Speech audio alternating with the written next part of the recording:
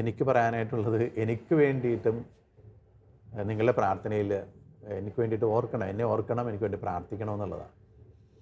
കാരണം നമ്മളാരും ജനിക്കുമ്പോൾ തന്നെ എന്തെങ്കിലുമൊക്കെ ആയി മാറുന്നവരല്ല, ആയിത്തീരുന്നവരാണ്. എന്ന് പറഞ്ഞ പോലെ എന്നെ ഓർക്കണമെന്ന് ഞാൻ പറയുമ്പോൾ ഞാൻ പറയും, നിങ്ങളുടെ ഓരോരുത്തരുടെയും കുടുംബത്തിലെ മക്കളെയും അതുപോലെ പ്രാർത്ഥനയിൽ ഓർക്കണം. എല്ലാ മാതാപിതാക്കളും ഓർക്കുമെന്നറിയാം. ഓർക്കുക എന്ന് പറയുന്നത് അവർക്ക് എന്തെങ്കിലും കുറവുള്ളത് കൊണ്ടോ അല്ല അവർ മോശക്കാരായതുകൊണ്ടോ അല്ല. നമ്മളുടെ പ്രാർത്ഥന എന്നുള്ളത് ഒരു പ്രാർത്ഥിക്കുന്ന വ്യക്തി എന്ന് പറയുമ്പോൾ തന്നെ ആ വ്യക്തിക്ക് ദൈവമായിട്ട് കണക്ഷനുണ്ട്.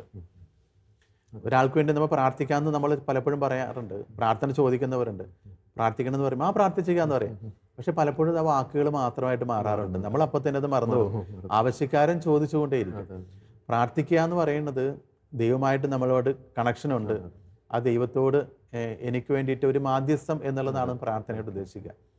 അപ്പോൾ അത് തന്നെ പ്രാർത്ഥിക്കണമെന്ന് പറയാനായിട്ടുള്ള ഒരു വ്യക്തിയുടെ താല്പര്യമില്ല. ആ ചോദ്യം തന്നെ ആ വ്യക്തിക്കും ദൈവത്തിൽ വിശ്വാസമുണ്ട്. അപ്പോൾ രണ്ട് വിശ്വാസങ്ങൾ ഒരുമിച്ച് ചേരുന്ന ഒരു നിമിഷമാണ് പ്രാർത്ഥിക്കണമെന്ന് പറയുന്നതും പ്രാർത്ഥിക്കാമെന്ന് പറയുന്നതും. അപ്പോൾ അത് ആശ്രയബോധം കൂടിയാണത്. എന്നെ കൊണ്ട് സാധിക്കില്ല, എന്നാൽ എന്നെ സൃഷ്ടിച്ച ദൈവത്തിന് അത് സാധിക്കും എന്നുള്ള ഒരു ബോധ്യമാണ്. ഇത് തന്നെയാണ് വിശ്വാസം. വളരെ സിമ്പിളായിട്ട് പറഞ്ഞു കഴിഞ്ഞാൽ ഇതാണ് വിശ്വാസം. ആ ഒരു ആശ്രയബോധം ഉണ്ടാകുക.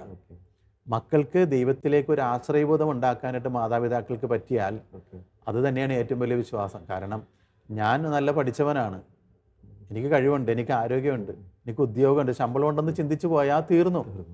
അതെല്ലാം ഒരു നിമിഷം കൊണ്ട് നമുക്ക് നഷ്ടപ്പെടാം. എന്നാൽ പ്രാർത്ഥിക്കണമേ എന്നുള്ള ചോദ്യത്തിലുണ്ട് ദൈവത്തിൽ എനിക്ക് വിശ്വാസമുണ്ട്, ആ ദൈവാനുഗ്രഹം ഇല്ലാണ്ട് എനിക്ക് മുന്നോട്ട് പോകാൻ പറ്റില്ല എന്നുള്ള അർത്ഥത്തിലാണ് ഞാൻ പറയണത്. ആരൊക്കെ ആയാലും ദൈവാനുഗ്രഹം ഇല്ലെങ്കിൽ നമ്മൾക്കൊന്നും ചെയ്യാൻ പറ്റില്ല. അതുതന്നെയാണ് എൻ്റെ ആപ്തവാക്യം. ഞാൻ എന്തായിരിക്കുന്നുവോ അത് ദൈവകൃപയാലാണ്.